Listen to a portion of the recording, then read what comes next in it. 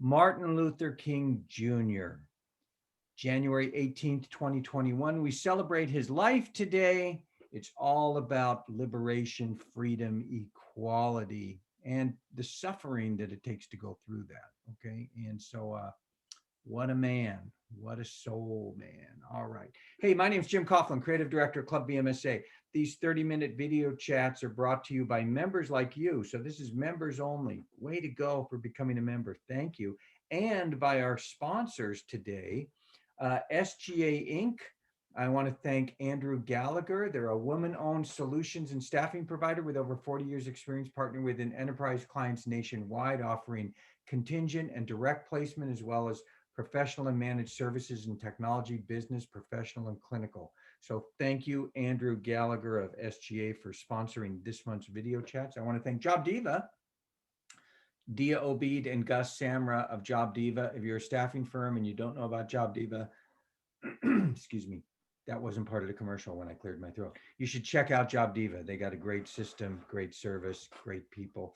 And of course, our third sponsor is with us today. CXC Global is a global payroll provider in over 65 countries with over 15,000 contract workers. And today our guest is the managing director of CXC Global, straight from the Atlantic west coast of Ireland.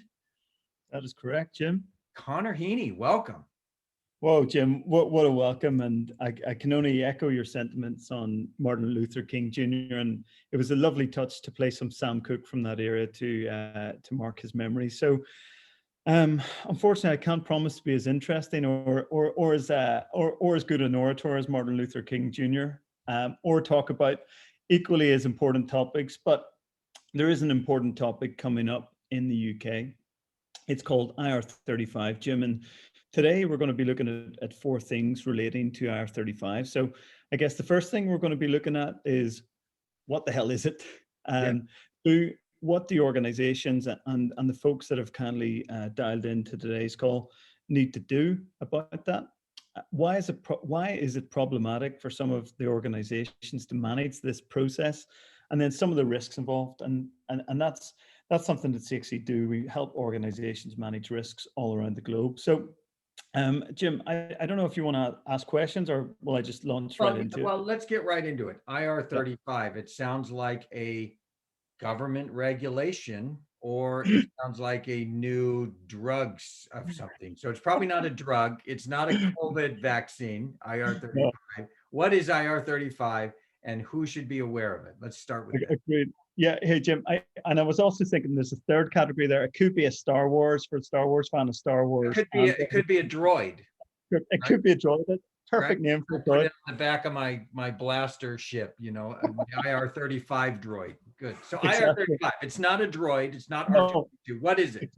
Exactly. It's a piece of UK government tax legislation that unfortunately is going to have a significant impact on end users of independent contractors in the UK. So independent contractors in the UK, Jim and everyone tuning in today, are called PSCs, right? We love acronyms. We love acronyms in the contingent workforce world, don't we? We got MSP.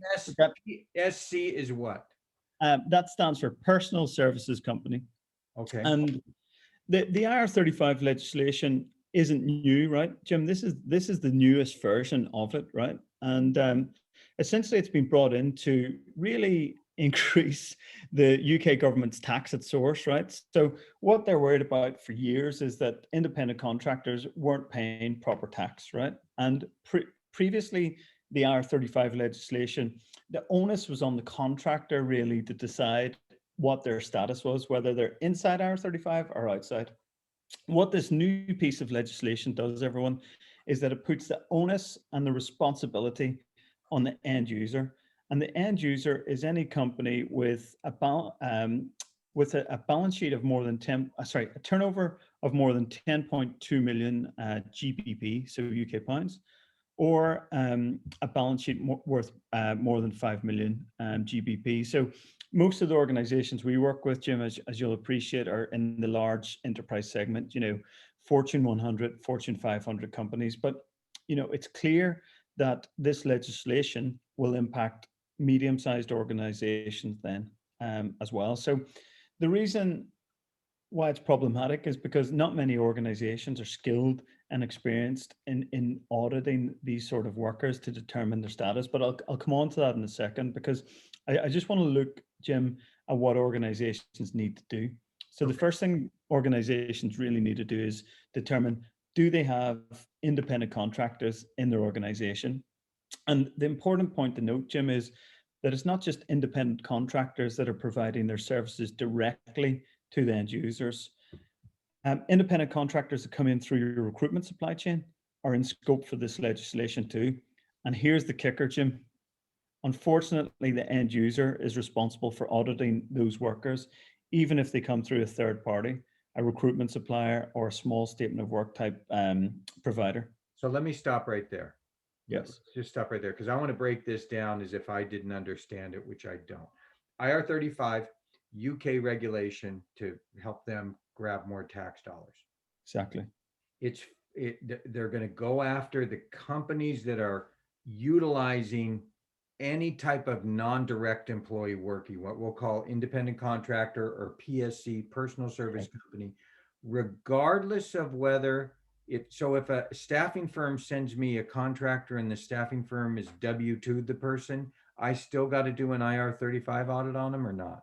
No, if they're W-2, they're outside of the scope. W-2 is outside of scope, but if they come and they're 1099 or they have a LLC, a limited liability corporation or something like that, then it's on, the onus is on me, according to this reg, that I got to make sure they're either outside of that and they don't, or they're inside, and then I've got to probably do something with the revenue that I pay them. I got to tax them. Right? Correct. Yeah, you basically got to tax them at source. So that's pretty problematic, Jim. If you think about the biggest organizations, they could have thousands of contractors. Now, most large organizations, thankfully, have a MSP, they've got a payroll provider, they've got a VMS. So it's easy enough for them to audit those sort of workers. But the medium-sized companies that don't have established processes, that don't have governance, that don't have that visibility, this is where it becomes really problematic for them. But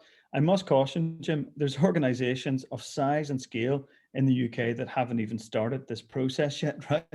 And this could be a huge process, because the responsibility on the end user is such that you actually have to individually categorize and audit each particular worker, which is quite a big undertaking. And you have to do it in such a way that you meet this test of reasonable care, right? And if you don't meet this test of reasonable care, then you're potentially in trouble further down the line, Jim. So that's why it's a difficulty for organizations, because they don't have the experience, the expertise to actually make a tax determination on a worker. And there is a tool in the UK that the UK tax authorities provide. It's called the CEST tool, Jim. Unfortunately, the UK tax authorities won't stand over that. So if the UK tax authorities come and audit your company, you've used their tool to make a determination as to whether a worker's inside or outside IR35, they actually won't stand over that in a tax tribunal or in a court of law. So you can see why it's really, really important to get this right. And what also has happened, Jim, is that some large organizations have taken what's known as a blanket approach, and they've basically said, right, all our independent contractors are inside IR35, but those blanket approaches, Jim, are incompatible with the legislation because they haven't taken that individual reasonable care approach. And again, that's problematic for them. It's good for the government. So let me go into a couple of these things. So sure. What you just mentioned, if I'm as a company, and let's say I have 10,000 independent contractors, and I just say, everybody that's an independent contractor, you're in IR35, we're going to withhold tax and pay it because it's IR35. According to the regulation, I didn't look at each individual one, so I probably didn't do it right. I could get fined or penalized, or the employee could say, wait, I'm outside and you didn't take reasonable care. And correct. And this CEST, what is the acronyms? I know PSC is personal service company. What's CEST? Do you know? I don't know what the acronym stands for, Jim, but I do know that it's problematic in the extreme, and they've had to change it a number of times to even get it working. But Jim, to go back to that point, you're right. If organizations take this blanket approach, they have to allow independent contractors a right of appeal once they issue them what's called a status determination statement, another acronym, SDS, right? And you're legally obligated as an organization to issue an SDS once you've made your determination, the workers went through your audit process, you then must issue she or he with that status determination statement. And once the worker is issued with that, Jim, they've got 45 days to appeal that, right? So you can see all the processes that actually need to underpin this entire process. You got to audit your workers, you got to categorize them, you got to put them through some sort of tool to do that. You then got to communicate the result to them. And you then need to set up an appeals process in order to manage appeals from the worker, and you have to give them that right of appeal.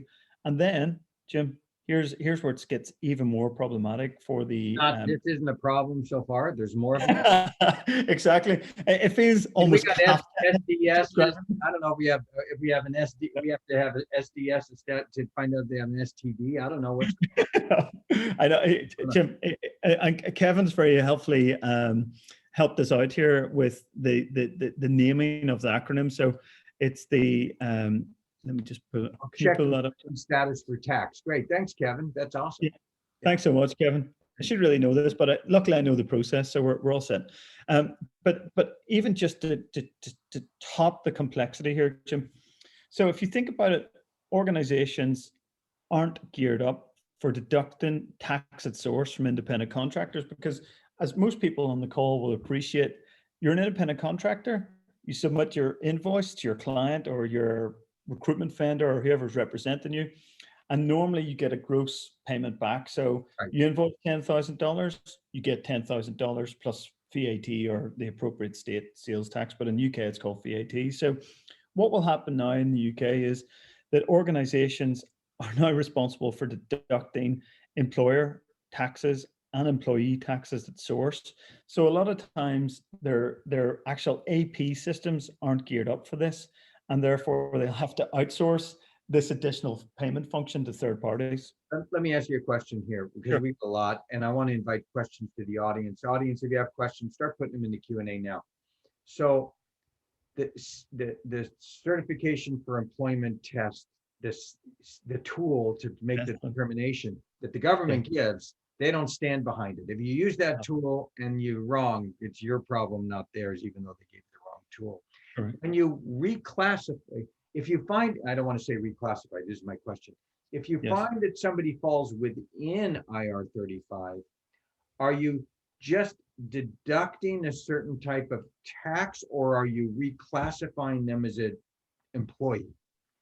Or they maintain the independent contractor classification, but it's just an independent contractor within IR35, and you're withholding some tax, but not full employment tax. Is that correct?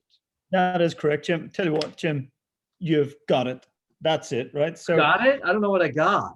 You got it. So it's the latter. So the independent contractor does not have employment status just by virtue of being inside IR35. Again, that's so problematic, Jim, though, for the worker, because they're basically now paying employee taxes, but without any employee rights, right? So they're caught in this horrible middle ground where they're being taxed at source, which roughly equates to a 30% revenue drop each month, right? That's a lot. Which is significant because, as you'll appreciate, Jim, and I hope our listeners will today, tax is done retrospectively if you're an independent contractor. So, you'd only be paying your tax for 2020 now, or sorry, coming up to April time. And most contractors are geared up to operate that way. So it's problematic for them. It's problematic for the end user. Then they have to file to get a refund or a return if they're over withheld. Okay. Correct. Okay. We got a lot going on here. This is good. Yes. I got a lot of questions. I want to get questions from the audience, but first of all, I want to thank the sponsors on the call. Thank you, CXC Global, for sponsoring SGA and Job Diva. When does all this have to happen by? Well, this is why the clock is ticking, why this is so urgent, Jim, right? And that's why I really wanted to come on and speak today. So it's the 6th of April, 2021, right? So we're talking less than 3 months time. So you think about it, your medium organization, your large organization, think of the time, the complexity, the change management, the communication management, the processes you need to put in place just to get this off the ground. And here's the rub, Jim. Once this legislation is in, it doesn't just apply to the contractors today. Any new contractors or contractors that are being extended or renewed in your organization, they have to go through this test. They have to go through this process. So organizations have to gear up for that moving forward into the future as well, Jim. Yeah. Something that a lot of organizations haven't considered. And that means that they need to build in processes into their VMSs, with their MSPs, with their HR team, etc. What, so if I'm a global company, multinational organization, I've got 2,500 ICs, independent contractors, not W-2 employees through a staffing firm, working in the UK. Okay, right?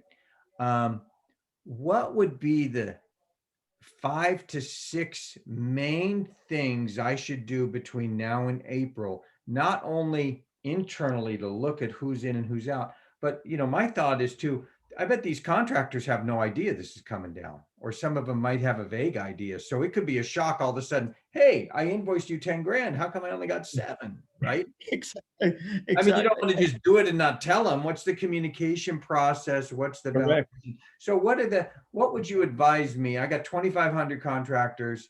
I didn't even know about IR35. I'm in the UK. What do I do? What are the 5 things I should do? The good news is, Jim, this problem is complex, but one is able to tackle it. So one, you need to set up a working group within your organization with all the key stakeholders. So typically they're finance, because there's a finance aspect here, tax, legal, HR, talent acquisition, and procurement if they're managing your contingent workforce. Once that stakeholder group has been agreed, you need to understand and decide, how are we going to validate these contractors? How are we going to audit them? So you need to select an audit tool in order to do that. Now, we do have an audit tool. It's an online digital vetting platform, imaginatively called, Jim, CXC Comply. I know. Wow. I know. Who would have thought it? Who would have thought it? Are you using the tool that the government doesn't back up, or is it a combination of that, or what are you using? We're using elements of what they're using, plus what our legal advisors have advised us to insert in terms of what sort of working practice do they have? Is there mutuality of obligation? Do they hold their own insurances? There's a whole series of tests that you need to make in behind that, Jim. So you need to select a tool that you need to use to do this. Obviously, prior to that, you need to identify which contractors or workers are in scope. So, how do you go about finding them in your organization? Do you have a VMS? You need to run searches within your VMS to understand who those workers are. Procurement can help with that if they're issued POs or master service agreements. Correct. Right? Yeah. No VMS. It's still not, it's still solvable, Jim, because you can look at PO spend, supplier spend. You can run reports off your AP. Once you've done those 3 things, you need to get a really robust communications plan, Jim. To your point, you cannot under-communicate this change process and the impact on it, because as we will all appreciate on the call, if someone messes with your money, it's never good, right? People do not like change that impacts their take-home money, pay, invoice amount. So you cannot under communicate this. You got to over communicate, and you got to have a really robust, simple messaging communications across the board. And that needs to be within the organization, Jim, because it's important to get your hiring managers involved in this, because they need to answer some of the questions around how the contractor is engaged and what work they're doing. Let me just jump in right there. Do you provide your clients? I'm going to tee it up for you to give a pitch for CXC. Do you provide your clients and hiring managers like here's commonly asked questions by contractors and how you should answer it? Correct. We do. We can actually help manage the entire end-to-end process with the technology and the service around that, Jim, and the communication suite, the change management suite, and of course the payment, because as you mentioned at the top of the show, we're a global payroll provider. We've got a long-standing business in the UK where we payroll thousands of contractors that have gone through this process. But yeah, Jim, and then really it's about launching the process. And we would advise organizations to start now as opposed to 2 weeks before the go live date of this. And we're still getting inquiries, actually, Jim, even at this late stage, saying, hey guys, can you really help us through this? We thought the legislation would be delayed. It looks like it's going ahead.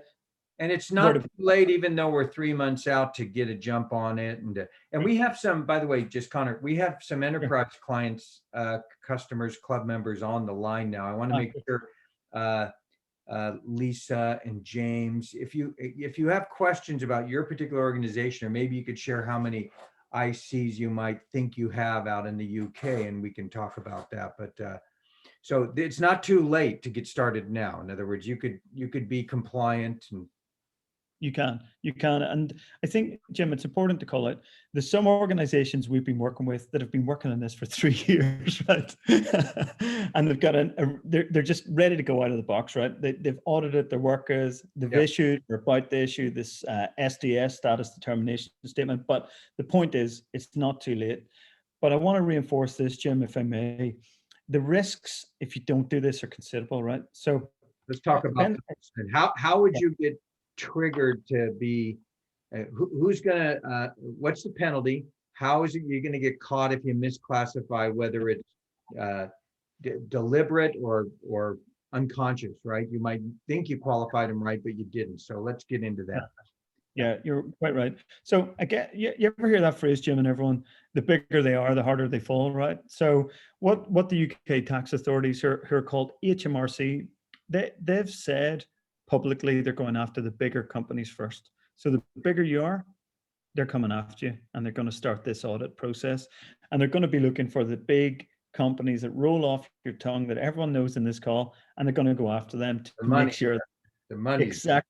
Exactly. They want to shake them down, right?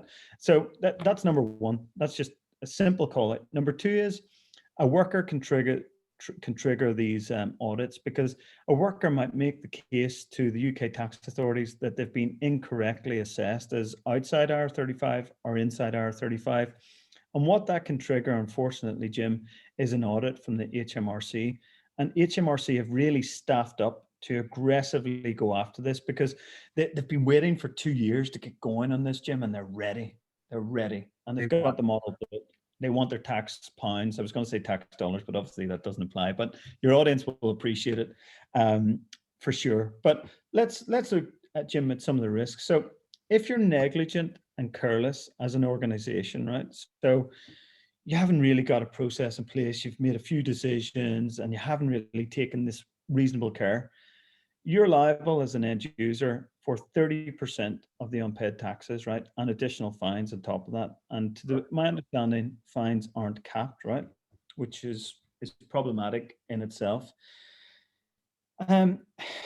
If the company has realized that a worker is inside IR35 and they haven't deducted the taxes at source, Jim, right? And that tax has essentially disappeared from the government's tax coffers, the end user is open and liable to 70% of those unpaid taxes plus fines. Where an organization has made the mistake, let me clarify that. Where an organization has deliberately concealed the IR35 status of a worker, then they're liable for 100% taxes, 100% of the unpaid taxes and fines. So they've got a really aggressive fine and taxation posture here in the UK for this. Yeah.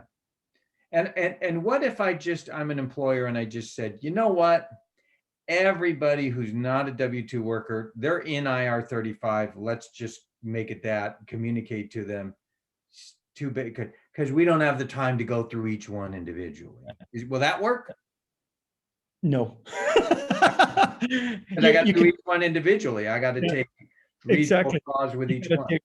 you got to take this reasonable care, Jim, and you know, I won't bore today's audience with the steps that reasonable care outlines, but there's a pretty hefty amount of steps that you need to show that you've taken this reasonable care. Wow. So what good news do you have for us today about Well, it's Monday.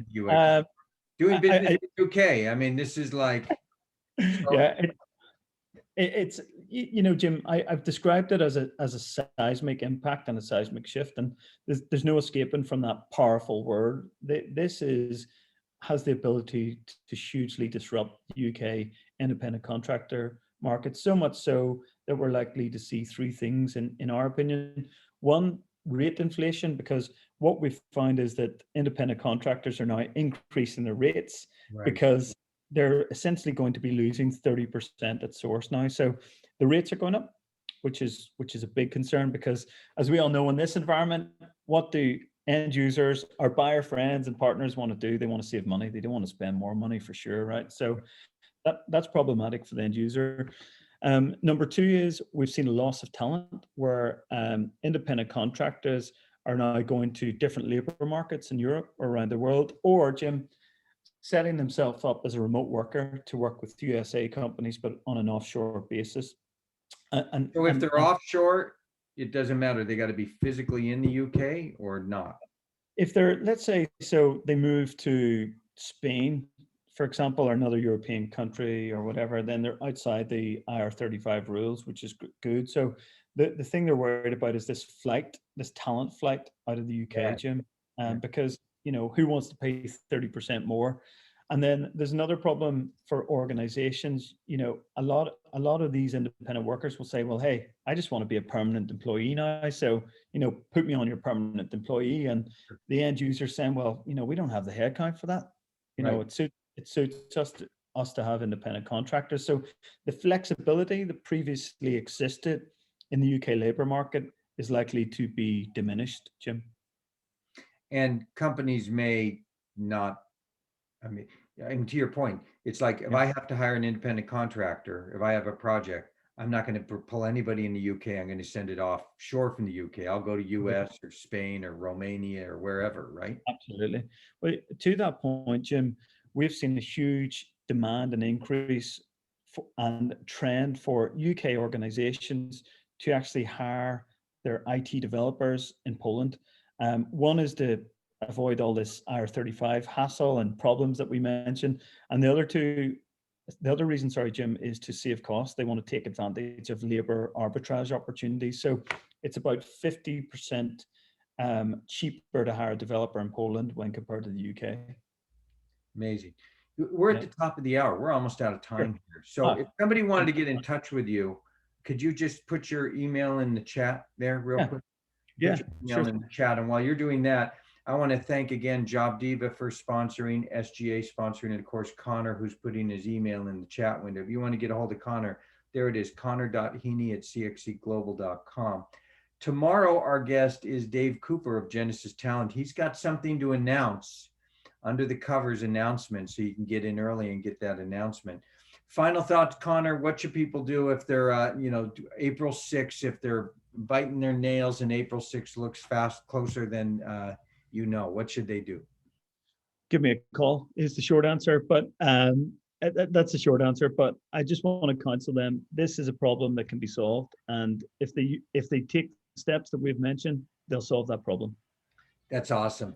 Connor, always good to hear you. As soon as I get vaccinated and you're vaccinated, I'm coming out to Ireland. We'll have a good time. In the meantime, you are so mad. Have a nice Monday, everybody. Thanks, Connor. You're great. Bye-bye.